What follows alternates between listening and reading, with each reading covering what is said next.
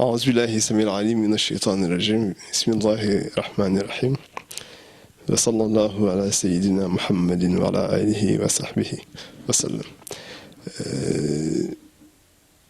Après avoir prié sur le prophète Mohammed sallallahu alayhi wa sallam et rendre louange à Dieu subhanahu wa ta'ala,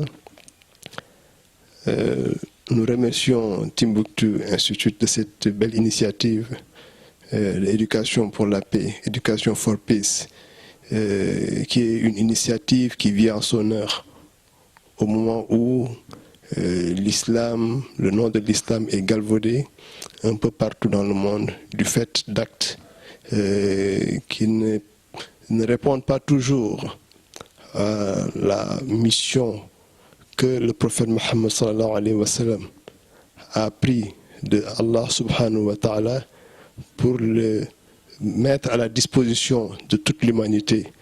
Je voudrais dire à la disposition de tout le cosmos pour que la paix puisse régner dans un monde qui est devenu un monde de contradiction. Aujourd'hui, c'est une heureuse initiative que nous saluons en tant que membre de la confrérie Tijaniya, de la branche Malikiya. Nous sommes heureux de cette initiative de Timbuktu Institute qui vient en son heure. En effet, l'islam, dire que l'islam est une religion de paix disons que c'est parler de la quintessence même d'une notion, la quintessence même d'une doctrine. Parce que comme vous le savez, islam c'est salam.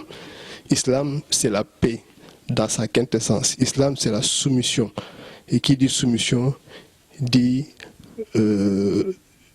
entraide. Qui dit soumission dit concorde dans les cœurs. Qui dit soumission dit partage. L'islam est une religion de partage, l'islam est une religion de soumission, l'islam est une religion de concorde entre les cœurs. Allah subhanahu wa ta'ala a répété ce mot, si je ne me trompe, plus de 40 fois dans l'islam, 46 fois si je me trompe dans le Coran. Et plusieurs hadiths du prophète rapportent les louanges en tout cas qu'il faisait pour la concorde des cœurs, pour le bon voisinage entre les musulmans, mais entre les musulmans et les autres, disons, entre les musulmans et les autres disciples des autres religions. Donc, l'islam aujourd'hui, en tout cas, l'image qui est véhiculée par certains musulmans ne reflète pas véritablement la quintessence même de l'islam. C'est pourquoi nous sommes heureux de cette initiative de Timbuktu Institute. Au-delà des comportements du prophète Mohammed sallallahu alayhi wa sallam qu'il a vulgarisé pendant son vécu à la Mecque et à Médine, nos ancêtres, en tout cas qui ont contribué à la diffusion, à la vulgarisation de l'islam au Sénégal et dans la sous-région, ont toujours prôné un islam de paix.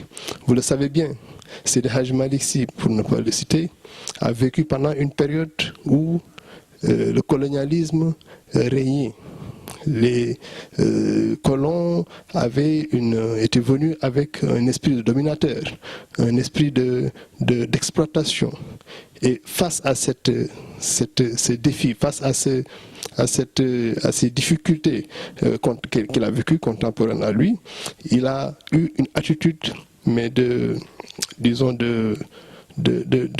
wasatiya, une attitude de juste milieu, sans extrémisme, une attitude qui lui a permis de voguer entre les méandres du colonialisme et du paganisme, sans pouvoir altérer sa religion. Et cela, il ne l'a fait que par la culture de la paix.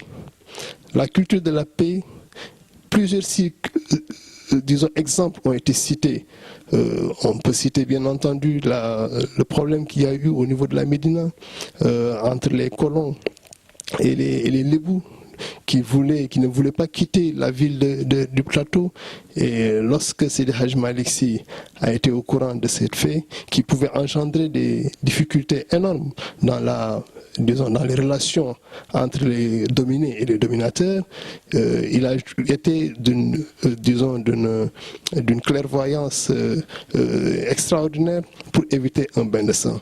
Un autre exemple a été cité dans ce comportement de tous les jours où, lorsque les Guet-Ndariens n'ont pas voulu se vacciner contre la fièvre jaune et que les colons voulaient faire un bain de sang dans cette localité, Seydi Hadj Malick Sy a prôné la non-violence, a prôné le dialogue, a prôné la concertation pour arriver à bout de tous ces problèmes.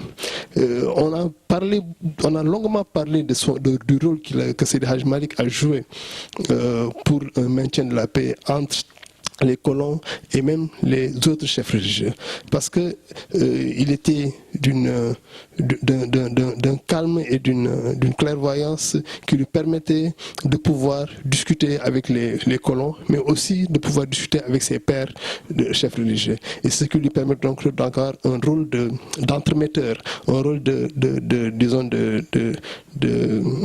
comment je peux dire, un rôle de dispensateur de paix, un rôle de dispensateur de conseils de part et d'autre, et permettre donc au règne de la paix.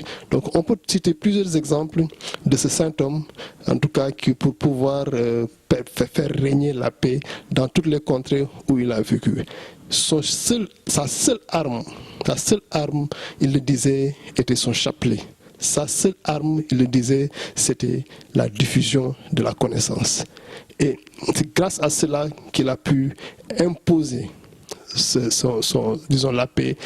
On disait souvent que dans sa philosophie, au lieu de parler de la lutte des personnes, il parlait de la lutte des consciences. Lui, il était plus pour la lutte des consciences. Donc, remplir les consciences de l'enseignement religieux, remplir les consciences de l'enseignement prophétique pour que les disciples ne puissent pas être dans une logique de discorde, pour que les disciples ne puissent pas être dans une logique de confrontation avec les colons.